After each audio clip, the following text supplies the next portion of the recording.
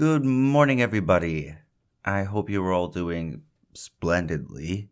A very happy and a little bit belated birthday to my mother and anybody else celebrating this week.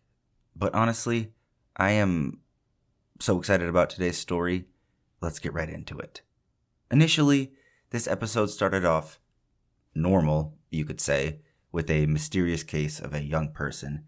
But then I fell down one rabbit hole and another, and the more I read these layers of lies, the angrier I got, honestly, and I knew I had to share this with you. This is the unsolved disappearance of Joshua Guimond. My name is Eli, and this is Murder in the Morning.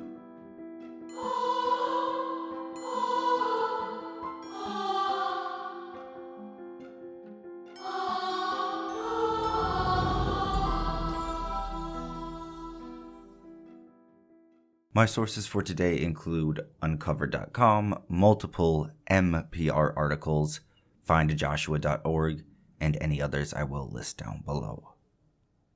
Josh Guimond, and that's Guimond, was born in June of 1982 and raised in the city of Maple Lake, Minnesota, about an hour northwest of Minneapolis. From a young age, Josh was an outspoken kid and impressed upon many as a leader within his high school and community. This passion followed him to college, where Josh found himself immersed in politics. According to Uncover.com, St. John's University in Collegeville, Minnesota, is a private Catholic men's college where he attended classes as a political science major. Confident and popular, yet keenly focused, Josh was going places. His extracurricular activities included serving as a treasurer of the Pre-Law Society and co-captain of the university's mock trial team, which provided the opportunity to sharpen and demonstrate his debate skills.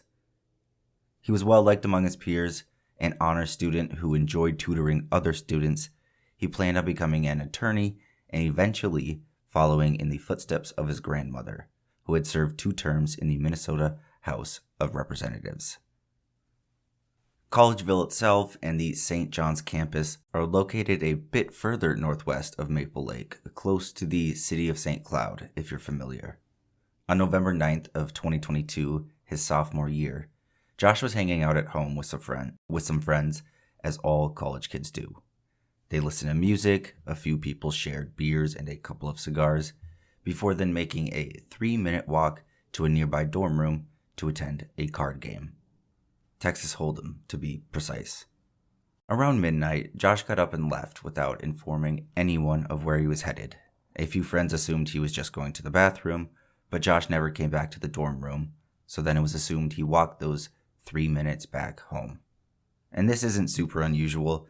I mean, Irish goodbyes are kind of normal in college, at least on some nights. You just want to leave. Uncovered wrote, quote, "When Josh failed to show up the next day for mock trial practice, it was considered highly unusual by those who knew him." Teammates, roommates, and friends began comparing notes, eventually realizing that no one had seen Josh since the prior evening. They grew so concerned by this uncharacteristic behavior that they alerted SJU life safety officers, reporting that they believed their friend to be missing. Officers conducted a cursory search, but they were not overly concerned for the student's safety and believed he had likely just taken off with friends, as they always do. They were confident he'd be back in class on Monday morning. But they did notify Josh's parents that he could not be located, and when Josh did not appear in class the following day, the Stearns County Sheriff's Department was called in, end quote. And then the searches began. I'll say it now, a day too late. St. John's campus is a large area to cover, but the bigger problem is what locals refer to as the, quote, Pine Curtain, a dark, massive wooded area that surrounds St. John's, including a few large lakes.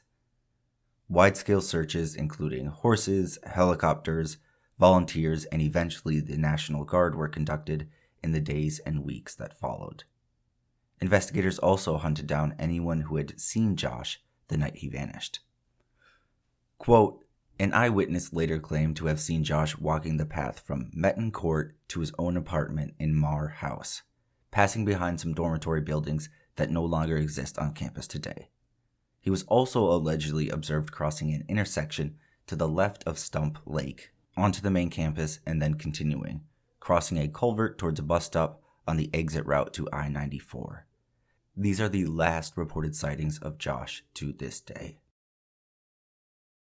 Described as conscientious, responsible, logical, and well-organized, it is unfathomable that anyone who is as meticulous a planner as Josh would have left a campus party and walked out into the freezing Minnesota night wearing only a sweatshirt, without his glasses or contacts, to venture anywhere but directly back to his on-campus apartment, only a short distance away, 3 minutes to be exact.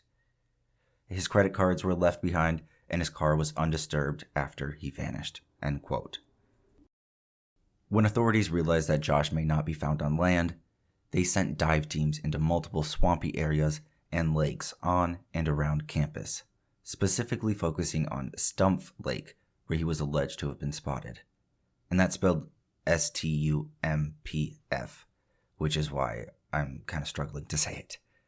But again, these searches yielded nothing, not a scrap of evidence to show where Josh may be. That is, until a bloodhound named Hoover was brought in. According to Uncovered, Hoover repeatedly hit on Josh's scent. In addition to alerting near both Stump and East Gemini Lakes, the search dog had also alerted to an area near the back of St. John's Abbey, which was where the monastic community of the university resided. Okay, let's talk a little bit about this St. John's Abbey before we go any further, and their community. Their mission statement, according to their very own website, is, quote, "We, the monks of St. John's Abbey, a community of Catholic Benedictine men, seek God through a common life of prayer, study, and work, giving witness to Christ and the gospel in service to church and the world. Called together by Christ, we support each other under the rule of St. Benedict and our abbot. Our life together encourages learning, creativity in the arts and trades, and care for God's creation," end quote. They go on to explain that the rule of St. Benedict envisions a permanent, autonomous community seeking God, living closely together under an abbot, and the monks make common prayer of the heart every day. About 2/3 of this religious community live and work at the Collegeville campus. The Abbey is located in central Minnesota on St. John's campus, on 2,400 acres of managed woodland and lakes just off I-94. And I won't bore you with all of the details, but I mean, their site is loaded with everything. And I came across their rules section, which includes over 70 chapters, but there is one in particular that stuck out to me, and that is chapter 22, the sleeping arrangements of the monks. It goes to say, the monks are to sleep in separate beds. They receive bedding as provided by the abbot, suitable to monastic life. If possible, all are to sleep in one place, but should the size of the community preclude this, they will sleep in groups of 10 or 20 under the watchful care of seniors. A lamp must be kept burning in the room until morning. And then, the younger brothers should not have their beds next to each other, but interspersed among those of the seniors, end quote. Excuse me? It almost seems like you want to, well, like sleep with the younger. Ugh. Okay, enough about them for now. Back to Josh. After Hoover alerted at the rear of the Abbey, searchers were denied entrance by first the religious folk, and then somehow this decision was upheld by real authorities, and Hoover's alerting there wasn't enough to obtain a warrant. Quote, volunteer searches led by Josh's father, Brian, continued until mid-January of 2003, when it was announced Hoover could no longer participate in these searches. Further, They must gain the approval of both Abbot John Clausen of St. John's and the Stearns County Sheriff's Department prior to conducting any search efforts." End quote. After this, the Sheriff's Department was content to assume that Josh had just fallen into a lake drunk. Yet, no dive crews had found any evidence of this in any body of water, but that was their big, fascinating theory. However, this wasn't the only angle that connected this monastery, this abbey, this religious community to Joshua. Quote, "A search of Josh's computer had revealed that over 300 files had been erased the day he vanished. And based on what authorities were able to recover, these files were thought to include information regarding the creation of fake identification cards." Was Josh abducted and perhaps killed due to his involvement in a fake ID ring? But a more probable theory surfaced that the monks of St. John's Abbey were involved in Josh's disappearance. There were multiple opinions floated regarding this theory, the primary one being that Josh was researching and writing a paper on the sex abuse scandals in the Catholic Church, and among the SJU monastic community in particular, right on campus. It would later come to light that 18 members of the community had been credibly accused of sexual abuse, which we will get into.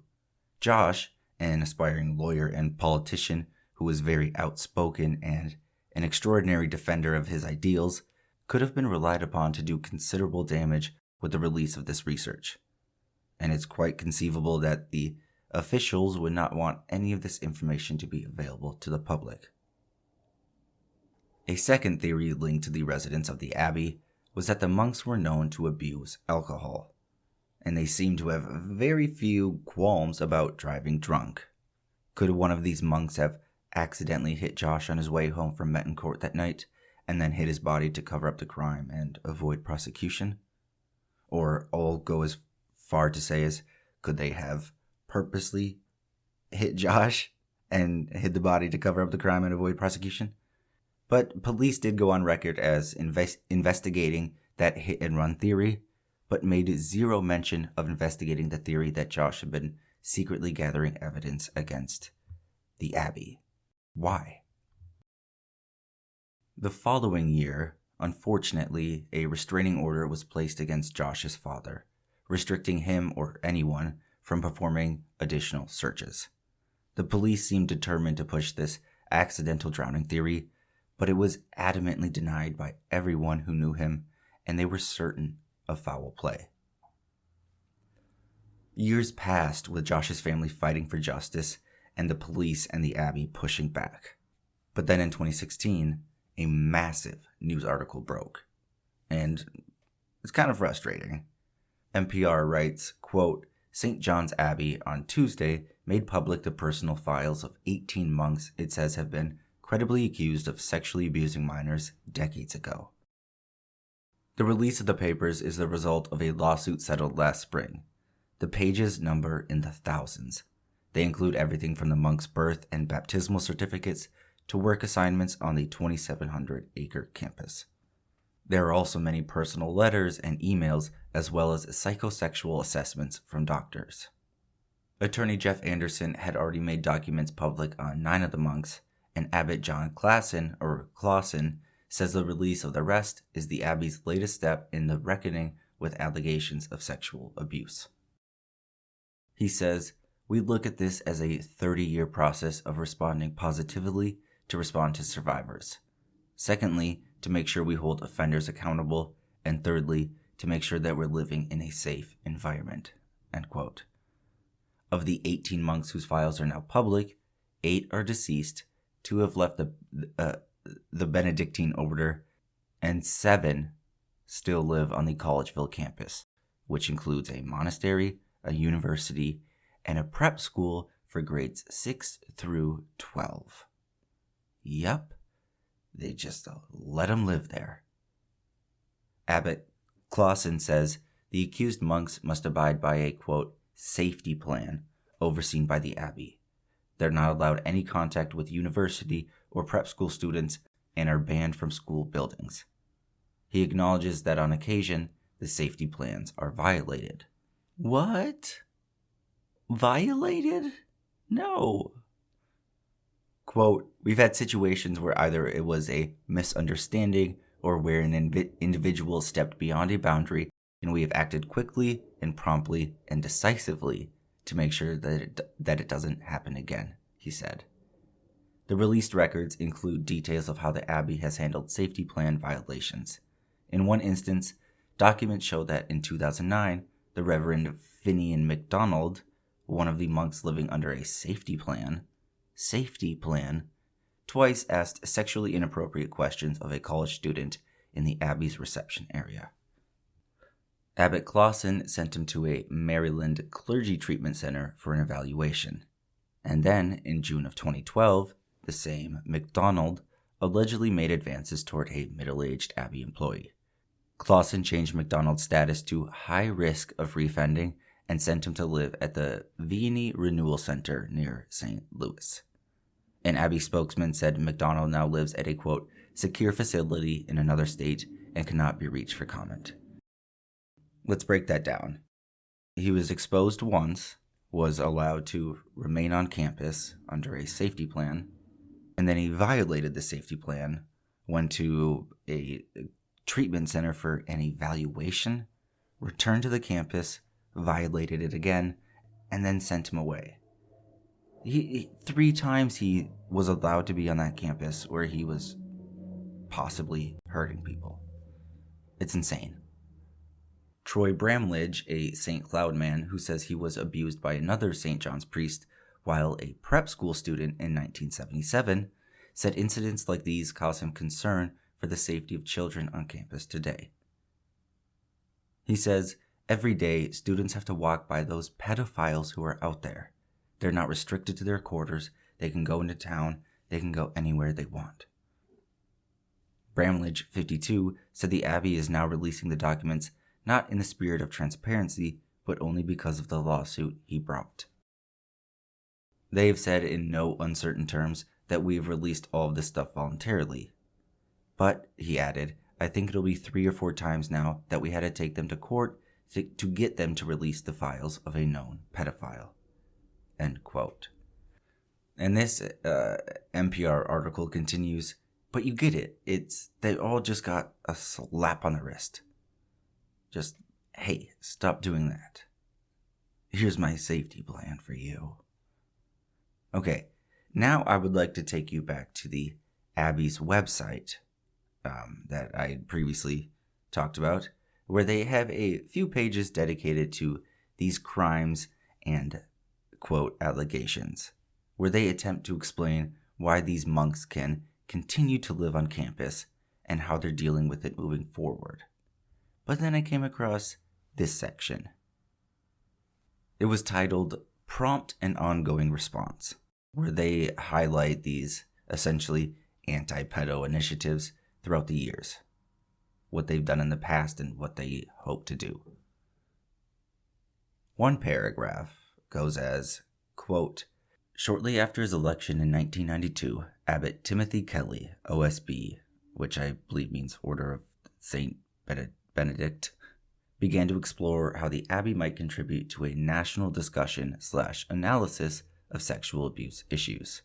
In doing so, he, Timothy Kelly, expressed the determination to serve victims' needs, guided by the recommendations of a group of professionals representing a diversity of denominations and professional experience. Abbot Timothy established the Interfaith Sexual Trauma Institute, or ISTI, to foster discussion and analysis of clergy abuse issues, end quote. But I remembered that name from a different article I read. Timothy Kelly, Abbot Timothy Kelly. So I Googled him. Turns out, he was an offender himself. Quote, Abbot Timothy Kelly has been accused of engaging in sexual misconduct with an altar boy and at least 4 others at St. Anselm's Parish in Bronx, New York in 1966 and 1967. Abbot Timothy Kelly later became Abbot of St. John's Abbey, end quote. He got caught in New York, and in classic Catholic cover-up culture, they simply moved him to continue his pedophilia elsewhere. I'm not saying all of them, of course not, but a lot of these people are using this religion as just a mask. And we know that. I don't have to say that. But after hearing the same story over and over, how can we believe that any leader of these churches is truly abiding by what they preach? I do applaud John Clausen for trying to hold these people accountable. But does he mean it? I hate to ask that, but after generations of abuse and these monks still living on the friggin' campus with 6th graders, I have to ask it. Despite multiple setbacks, Josh's father, Brian, quote, refused to give up his search for justice for his son. In 2021, citing multiple issues with the quality and thoroughness of the initial investigation and subsequent searches for his son, Brian filed a lawsuit against the Stearns County Sheriff's Department seeking the release of investigative documents, in which he included the lack of transparency regarding the 18 monks who had since been credibly accused of sexual abuse. However, another blow came in May of this year when a judge formally denied his request after the Stearns County Sheriff's Department successfully argued that to do so would jeopardize the investigation, even though there have been no new developments in the case for 20 years, end quote. As of today, Josh's family is still searching for answers. Brian even wrote a letter this April to the Minnesota Senate begging for authorities to work more cooperatively with the family. But after that, we hear nothing. Josh is still missing, and his family is no closer to answers than they were 22 years ago. And that, my friends, is the mysterious disappearance of Josh Guimond.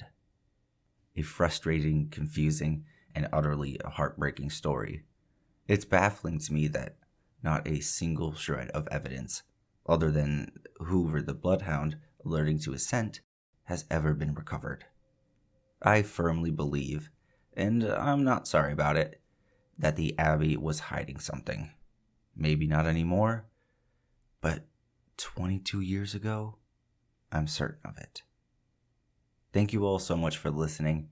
I hope you got something out of today's episode. Finally got a bit of a longer story in, and I thoroughly enjoyed sharing it with you. As usual, if you'd like some more true crime, I invite you to stick around after the music. Okie dokie. Bye-bye.